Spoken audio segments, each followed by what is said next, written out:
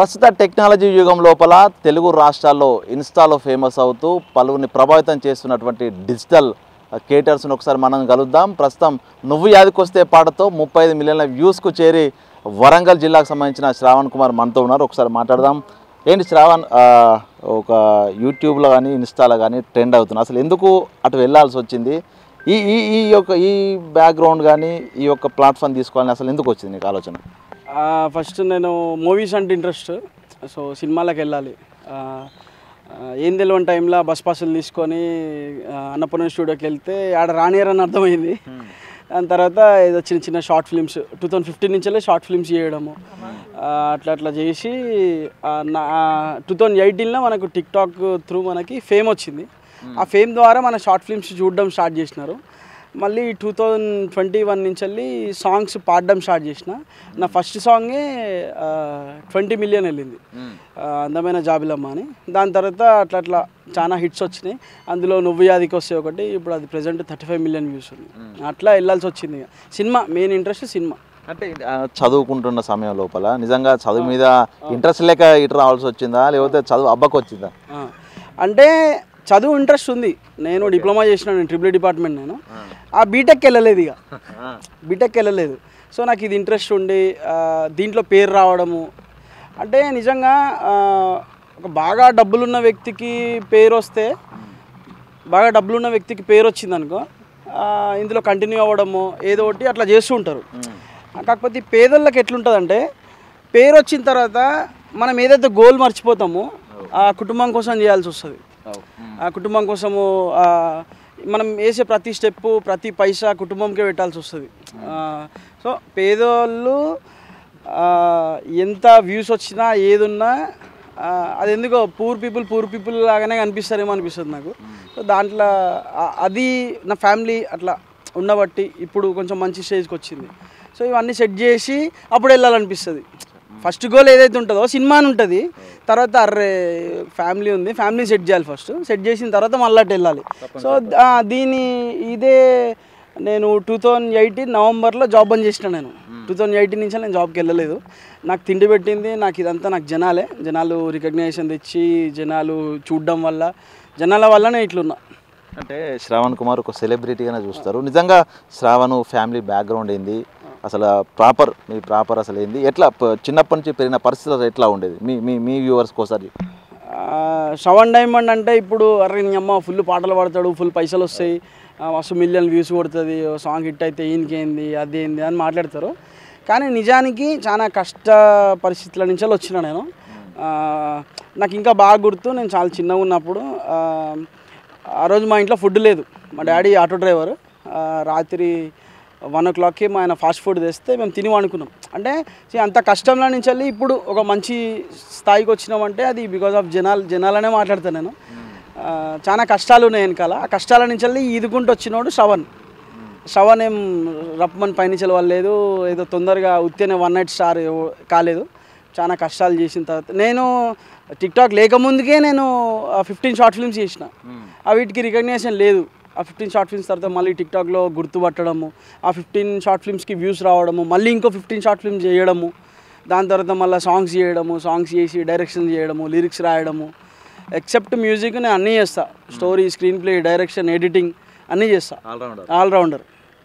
అంటే ఎందుకు చేయాల్సి వచ్చిందంటే ఒకళ్ళ సపోర్ట్ రావడం అంటే చాలా కష్టం.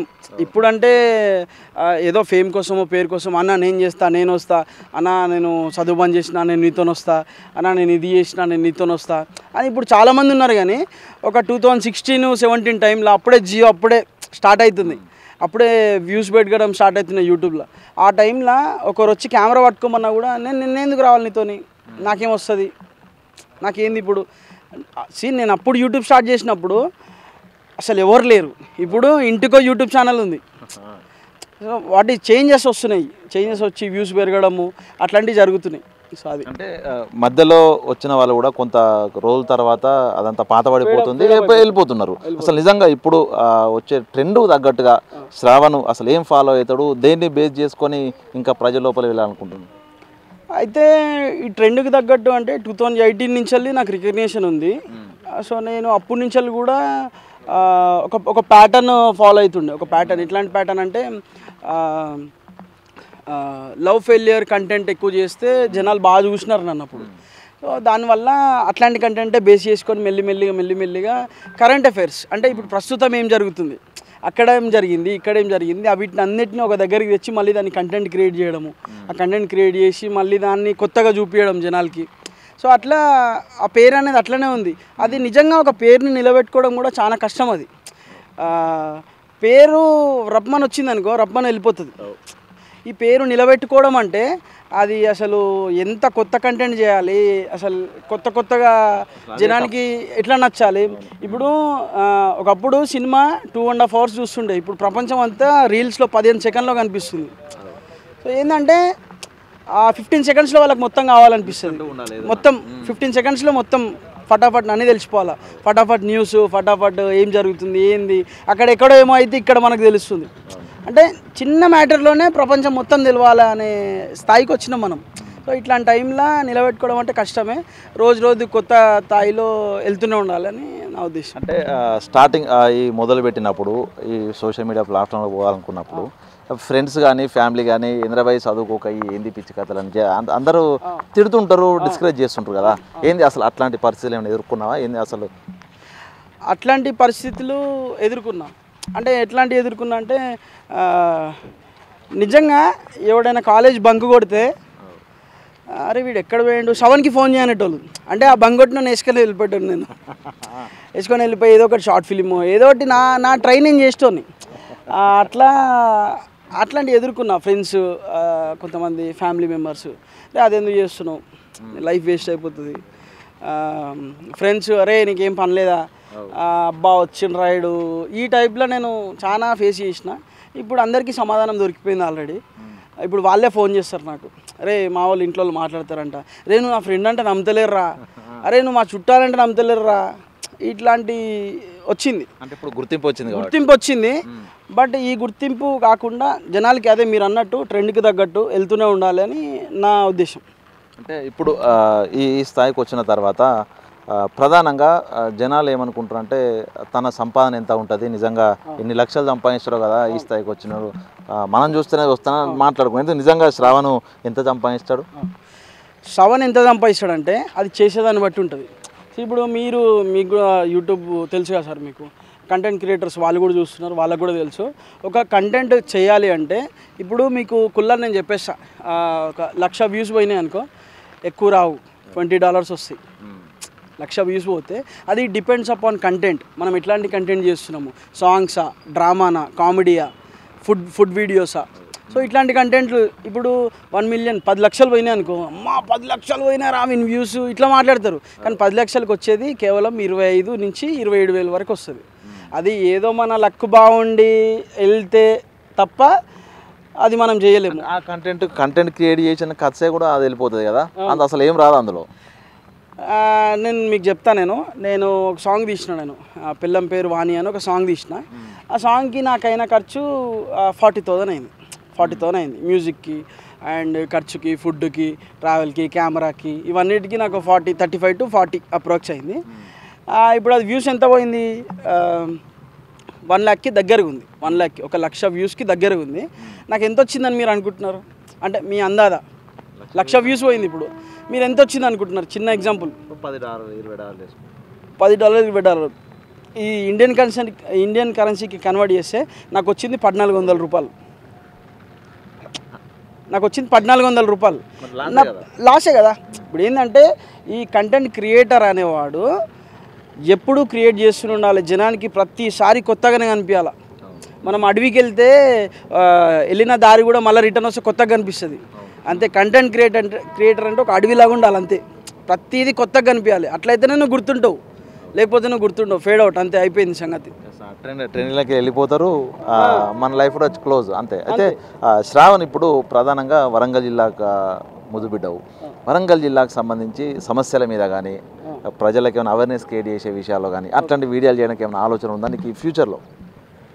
అయితే ఒక విషయం ఏంటంటే ఫ్యూచర్లో కాదు, నేను చాలా మందికి నేను హెల్ప్ చేస్తుంటా.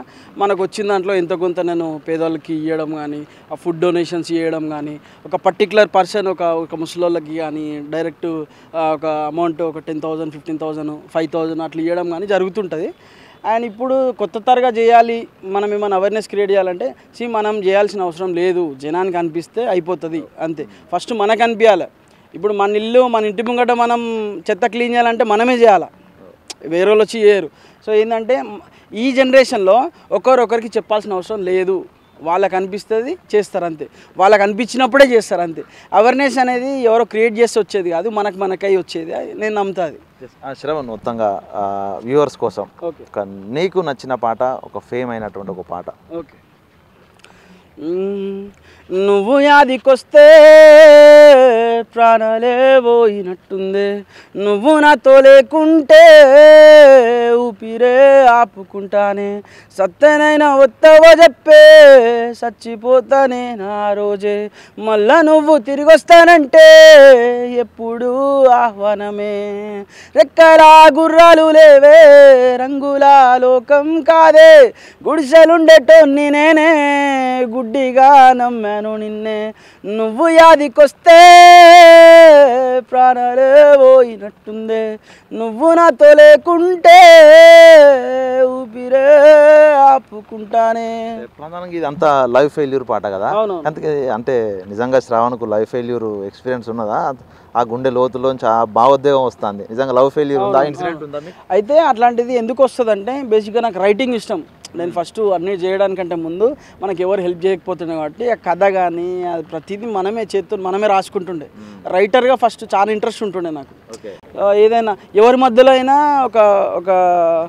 ఒక ఎమోషన్ని క్రియేట్ చేసే మనకు అది ఉంటుండే బాగా.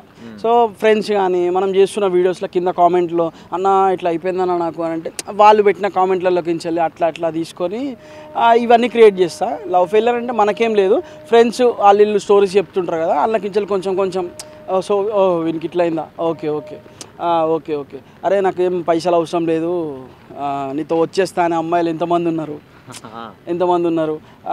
నా తల ఫుల్ డబ్బులు ఉన్నాయి, నేను చూసుకుంటా అనే అబ్బాయిలు ఎంతమంది ఉన్నారు. సో వాళ్ళని క్యాల్కులేట్ చేసుకొని బేస్ చేసుకొని అట్లా సాంగ్స్ రాసేటోని. అట్లా అంటే అమ్మ నాన్న నువ్వు ఈ స్థాయికి వచ్చిన తర్వాత అసలు ఏమంటారు, చిన్నప్పుడు చదువుకో అని చెప్పి అల్లరి చేసి కొట్టిన పరిస్థితులు ఉంటాయి కదా, ఇప్పుడు ఈ స్థాయికి వచ్చిన తర్వాత సంతోషపడుతున్నారు, అమ్మ నాన్న ఫీలింగ్ ఎట్లా ఉంటుంది? యాక్చువల్గా వాళ్ళకు పెద్దగా ఇది అంత ఇష్టం ఉండదు. మా డాడీ, నేను చిన్నప్పుడు మీకు ఐడియా ఉంటుంది, చిన్న మోటార్ ఉంటుంది, బ్యాటరీలు పెడితే తిరుగుతుంది, చిన్న మోటార్ మన రిమోట్ కార్లలో వస్తుంది. ఆ మోటారుకి బ్యాటరీ పెట్టి ఇట్లా దానికి ఒకటి పెట్టి ఫ్యాన్లా తిరుగుతుంది కదా, జస్ట్ అట్లా తిరుగుతూనే మా అమ్మ ఇంజనీర్ అవుతా అనుకున్నాను. అంటే వాళ్ళకి ఒకటి ఉంటుంది, మా డాడీ పక్కా గవర్నమెంట్ జాబ్ కొడతాడు వీడు, ఉంది వీని దగ్గర అన్నట్టు మాట్లాడుతాడు. మా డాడీ కబడ్డీ ప్లేయర్, మా డాడీ చాగళ్ళు, మా డాడీది అంటే మా ఊరు చాగళ్ళు. మా డాడీ మంచి కప్లే కొట్టిండు అప్పట్లో వాళ్ళ బ్యాచ్ అందరూ. సో మా డాడీ కబడ్డీ ప్లేయర్ అవుతాడు, మళ్ళీ మనం చేయాలి విని. ఎవరికి ఇంట్రెస్ట్ ఉంది వాళ్ళు అవుతారు. అట్లా కొంచెం మా డాడీ అట్లా డిసప్పాయింట్. మా వాళ్ళకి పెద్దగా ఇంట్లో రావడం ఇష్టం ఉండదు. బట్ నా లైఫ్, నా బతుకు మార్చింది ఇదే, నాకు తిండి పెట్టింది ఇదే. సో నేను ఈ సినిమా ఫైనల్గా అజెండా మనకు సినిమా. నేను రీసెంట్గా జితేందర్ రెడ్డి అని ఒక సినిమా చేసిన, అలా ఫ్రెండ్ క్యారెక్టర్గా. అంటే 8 years కష్టం తర్వాత స్క్రీన్ మీద కనిపిస్తున్నా, కమింగ్ సూన్ అది వస్తుంది. సో అట్లా ఫైనల్గా నాకు సినిమా తిండి పెడితే నన్ను బతికిస్తానని నేను నమ్ముతా. అంటే నీకు చాలామంది ఈ లైఫ్ ఫెయిల్యూర్, ఈ ప్రేమకు సంబంధించిన పాటలు చేస్తుంటే చాలామంది వచ్చి తమ బాధ చెప్పుకుంటారు కదా, ఇవన్నీ చూసిన తర్వాత నిజంగా పెళ్లి చేసుకోవాలి ఇవన్నీ ఆలోచన వస్తుందా? అసలు ఏంటి నీ అభిప్రాయం ఏంటి దాని మీద? నేను 4 years లవ్ చేసి పెళ్లి చేసుకున్నాను. ఇప్పుడు నాది రీసెంట్గా May 17th నా పెళ్ళి అయింది, ఆల్మోస్ట్ 2 months అయిపోయింది. మా వైఫ్ పేరు హాసిని. నేను లవ్ చేసి మ్యారేజ్ చేసుకున్నాను. నేను నాకు పెద్దగా బాధలు తెలియదు, నాకు ఇట్లా వదిలిపోతే ఏడవడం ఇట్లాంటివి నాకు పెద్దగా తెలియదు నాకు. బట్ ఏదో ఫ్రెండ్స్ చెప్తుంటే అందులో విని మనకు రైటింగ్ ఇష్టం కాబట్టి వాళ్ళ దానికి మనం కంటెంట్ తీసుకొని దాన్ని మనం క్రియేట్ చేస్తాము. బట్ బాధలు ఇట్లాంటివి తెలియదు నాకు. ఇప్పుడు మా వైఫ్ 2 months అవుతుంది మ్యారేజ్ అయ్యి, అంతే. అంటే ఎట్లా ఆమె సపోర్ట్ ఎట్లా ఉంటుంది? ఇది మానేద్దామని ఏమన్నా ప్రెజర్ చేస్తారా, సపోర్ట్ చేసే? లేదు, నేను ఏదంటే అది మంచి అయితే మంచి చెప్తుంది, చెడు అంటే చెడు అని చెప్తుంది. ఎప్పుడు బ్యాక్ సపోర్ట్ లెక్క ఉంటుంది ఆమె. దేంట్లో కూడా నువ్వు ఇది చెయ్యొద్దు అట్లనే ఏమన్నదు. చెయ్యొద్దు అనేదానికి ఏం కారణాలు ఉంటాయి, ఆ కారణాలు అని చెప్తుంది. సో ఇది చేయొద్దు, ఇది చెయ్యి, ఇది చేస్తే బాగుంటుంది, ఇట్లాంటివి చెప్తుంది. కన్వీన్స్ కాదు అంటే అది కరెక్టే కదా అనిపిస్తుంది మనకు మనం ఒప్పుకోబుద్ధి అవుతుంది, అప్పుడు సపోర్ట్ చేస్తుంది మంచిగా. ప్రస్తుతము ఈ సోషల్ మీడియా ట్రెండ్ అయ్యే వ్యక్తులకు ఈ సినిమాలలో అవకాశాలు వస్తుంటాయి కదా. ఇప్పుడు శ్రావణ్కు నిజంగా అట్లా సినిమా ఇండస్ట్రీ నుంచి పెద్ద వ్యక్తుల నుంచి ఏదన్నా కాల్స్ రావడం కానీ ఏమన్నా అప్రోచ్ కావడం కానీ ఏమైనా జరిగిందా? నిజంగా ఫైనల్గా ఏం చేయాలనుకుంటున్నాను? అయితే కాల్స్ అట్లాంటివి ఏం రాలే, కానీ పరిచయాలు పెరిగినాయి సార్ నాకు, కాంటాక్ట్స్ పెరిగినాయి. అంటే మనం content when we are creating content, మనం కొత్త కంటెంట్ ఎప్పుడైతే చేస్తామో కొంచెం మనది యూట్యూబ్, టీవీలో వచ్చేవాళ్ళు మనకి మెసేజ్ చేయడం కానీ ఫోన్ చేయడం కానీ బాగా చేస్తున్నావు తమ్ముడు, మంచిగా చేస్తున్నావు అనేవాళ్ళు కొంతమంది ఇప్పుడు ఇండస్ట్రీలో చాలామంది మనకు తెలుసు, పరిచయాలు ఉన్నాయి. కానీ ఆ పరిచయాలు వాడుకొని వెళ్ళాలని ఏం లేదు మనకి. బట్ ఏంటంటే మన సొంతంగా నాకు డైరెక్షన్ ఇంట్రెస్ట్, మనం సినిమా తీయాలా. ఇప్పుడు నేను ఎవరి కాల్లో ఏదో పట్టుకుంటే నాకు ఏదో ఒక కామెడీ షోలో దొరికేస్తుంది, ఏదో ఒకటి దొరికేస్తుంది, నాకు సీరియల్లో కానీ ఏదో ఒకటి దొరికేస్తుంది. కాకపోతే ఏంటంటే మన అజెండా సినిమాలో చేయాలి. సో అది అందుకని చెప్పేసి నేను ఎవరిని ఏం అడిగాను. బట్ నిజంగా నువ్వు కంటెంట్ క్రియేటర్ అయితే ఖచ్చితంగా అప్రోచ్ అవుతారు. సింగిల్ నైట్లో ఫేమస్ అయిపోయి ఒక 3 డేస్లో సినిమా చేసిన వాళ్ళు కూడా ఉన్నారు. సో ఇప్పుడు ఏంటంటే ట్రెండ్ ఏం నడుస్తుంది అదే, సినిమాలు కూడా అట్నే అవుతున్నాయి. సో కంటెంట్ క్రియేటర్స్కి మంచి అవకాశాలు కూడా ఉన్నాయి. మీరు కొత్త తరంగా ఏదో ఒకటి చేస్తుంటే ఖచ్చితంగా మిమ్మల్ని రికగ్నైజ్ ఖచ్చితంగా చేస్తారు, ఖచ్చితంగా పిలుస్తారు. అప్పట్లాగా లేదు, ఇప్పుడు ఇండస్ట్రీ కొంచెం చేంజ్ అయింది. ఎవరినైనా తీసుకుంటున్నారు, నీ తాడ టాలెంట్ ఉంది అనుకుంటే తీసుకుంటున్నారు. అప్పట్లో ఈడు మనోడు ఆడు మనోడు రికమెండేషన్స్ అవి నడుస్తుండే. బట్ ఇప్పుడు అట్లా కాదు, కంటెంట్ క్రియేటర్స్ మంచి క్రియేటర్స్ అయితే ఖచ్చితంగా మీకు అవకాశాలు ఉన్నాయని నేను నమ్ముతా. అంటే మీలాంటి వాళ్ళని ఆదర్శంగా తీసుకొని చాలామంది కంటెంట్ క్రియేషన్ కోసం యూట్యూబ్ ఛానల్ కానీ స్టార్ట్ చేస్తారు. వ్యూస్ రాక కొంతమంది సూసైడ్ అటెంప్ట్లు చేసి చనిపోయిన వాళ్ళు ఉన్నారు. వ్యూస్ రావట్లేని ఇట్లాంటి పరిస్థితి ఉన్నాయి కదా. ఇట్లాంటి యూత్ నిజంగా వాళ్ళకి ఏం చెప్పాలనిపిస్తుంది నీకు? నిజంగా వాళ్ళు చనిపోయిన వాళ్ళు ఎవరు తెలుసా సార్? వాళ్ళు ఏం తెలియక ఉత్తిగా డబ్బులు పెట్టి ఆ థర్డ్ పర్సన్తో మాట్లాడి వాని మీద డబ్బులు పెట్టి మునిగి ఇట్లాంటి వాళ్ళు చనిపోతారు అంతే. బట్ నేను కంటెంట్ క్రియేటర్స్ ఒకటే చెప్తున్నా, డబ్బుల మీద ఎప్పుడు పెట్టుకోవద్దు. నా లైఫ్లో జరిగిన ఒక చిన్న ఇన్సిడెంట్ ఏంటంటే, నేను ఒక అన్నకు ఫోన్ చేసిన, ఆల్రెడీ ఆయన యూట్యూబ్లో ఉన్నాడు ఒక అన్నకు నేను ఫోన్ చేసి అన్న యూట్యూబ్లో డబ్బులు ఎట్లా 2015 ఇది నా యూట్యూబ్లో డబ్బులు ఎట్లా వస్తాయి అన్న అంటే, అన్న నాకు ఒక మాట చెప్పిండు. ఏమనంటే స్టార్టింగ్లో, అరే నీకు డబ్బులు వస్తాయి అనేది అది రాంగ్. నీకు డబ్బులు వస్తాయో రావో అది సెకండరీ. నీ ప్రయత్నం నువ్వు చెయ్యి, తర్వాత డబ్బులు తెచ్చిపెట్టదా, నువ్వు ఇది బంద్ చేసి పని చేసుకోవాలా అనేది నీకు లైఫ్ డిసైడ్ చేస్తుంది. నీ ప్రయత్నం నువ్వు చేయాలా. ఫస్టే డబ్బులు వస్తాయి అనే ఇంటెన్షన్తో నువ్వు స్టార్ట్ చేస్తే అసలు నీకు ఇంట్రెస్ట్ లేనట్టు. అసలు అప్పట్లో డబ్బు మీద అంత ఉండకపోతుండే. ఇప్పుడు ఏదో వ్యూస్ వస్తాయి, కొన్ని వ్యూస్ వస్తాయి, మనము కొన్ని డబ్బులు వస్తాయరా అనేది యూట్యూబ్లో ఇప్పుడు ఉంది. కానీ ఇప్పుడు డబ్బుల కోసమే యూట్యూబ్ పెడుతున్నారు చాలామంది. ఒకప్పుడు అట్లా లేదు. 2015 చాలా గుడ్ డేస్ అవి నిజంగా. 2015, 16, 17, 18, 19, 20 ఈ ఇయర్స్ అనేవి చాలా మంచి దినాలు ఇవన్నీ. అప్పుడు ఎవరికి ఆశ ఉండకపోతుండే, రే ఒక 10 మంది గుర్తుపడితే చాలరా అనే స్టేజ్లో ఉంటుండే. ఇప్పుడు ఏంటంటే డబ్బుల కోసమే యూట్యూబ్ పెడుతున్నారు. అట్లాంటి వాళ్ళు పెట్టినా కూడా ఏదో ఒక రోజు నాశనం అవుతారు ఖచ్చితంగా. ఏంటంటే మీకు ఇంట్రెస్ట్ ఉంటేనే పెట్టండి, క్రియేట్ న్యూ కంటెంట్. డబ్బులు నేను ఎత్తుక్కుంటూ వస్తాయి అంతే. అప్పుడు నాకేం లేదు, ఇప్పుడు ఎంతో కొంత నేను ఎర్న్ చేస్తున్నాను. నేను ఏంటంటే డబ్బుల మీద వెనక పరిగెట్టకుండా నీ ప్రయత్నం నువ్వు చేస్తే డబ్బులే కాదు, ఏ స్థాయి నీ దగ్గరికి వస్తుంది అని నేను నమ్ముతా. ఓకే, మొత్తానికి congratulations and all the best for your best career. మళ్ళీ ఒక మంచి పొజిషన్ ఉన్న తర్వాత మళ్ళీ మనం ఇంటర్వ్యూలో కలుసుకుందాం. Thank you so much and thanks to Big TV. ఇట్లా వానాలు కూడా తీసుకున్నందుకు thank you so much sir నాకు. ఎందుకంటే మీరు ఎంకరేజ్ చేస్తున్నారు, న్యూ టాలెంట్ ఎంకరేజ్ చేయడం కానీ, మీరు ఏదైతే మీ జర్నలిస్ట్ మీరైతే ఉన్నారో, సో మీలాగా అందరూ ఉండాలని కోరుకుంటున్నా. ఎందుకంటే చాలామంది అపోజ్ చేస్తుంటారు, వీళ్ళు ఏం చేస్తున్నారు, అపోజ్ చేస్తున్నారు ఇన్ ద సెన్స్ వాళ్ళు చేసే పనులకే చేస్తున్నారు. బట్ ఏంటంటే ఒకళ్ళని వేరే దారిలో పోకుండా అరే నువ్వు ఇది చెయ్యి అని ఎంకరేజ్ చేసే వాళ్ళు చాలా తక్కువ ఉంటారు. And thanks to Big TV and love you all. And keep supporting. మన ఛానల్ని సబ్స్క్రైబ్ చేసుకోండి, అట్లనే వీళ్ళ ఛానల్ని కూడా చూస్తుండండి. అసలు అన్ఫార్చునేట్గా చేయడం జరిగింది ఇట్లా. నేను బయట ఏదైతే చెప్తున్నానో అసలు నేను ఎప్పుడు ఏది పై స్థాయికి ఏదికి వెళ్ళినా నేను మీ వాడిని, మీ ఇంటి పక్కన ఉండేటోనే. శ్రవణ్ అంటే ఎవరంటే మావాడని చెప్పుకోండి. నేను మీ ఫ్యామిలీ, మీ చుట్టాలని. Okay, bye. లోకల్ బాయ్ అన్నాడు. Thank you very much. ఇది మొత్తంగా శ్రావణ్ కుమార్ ఒక గడ్డు పరిస్థితుల నుంచి కూడా తను తల్లిదండ్రులు ఒక టార్గెట్ అనుకున్నా కూడా దాన్ని కాదని సోషల్ మీడియా ఇన్ఫ్లుయెన్సర్గా మారి ఇప్పుడు కంటెంట్ క్రియేటర్గా ఉన్నారు, ఆల్రౌండర్గా రాణిస్తున్నారు. భవిష్యత్తులో తను ఒక మంచి పొజిషన్లో ఉందామని మనం ఆశిద్దాం, తనకు సపోర్ట్ చేద్దాం. చూస్తూనే ఉండండి డిజిటల్ కంటెంట్. కెమెరా సంతోష్తో వేణు, బిగ్ టీవీ, వరంగల్.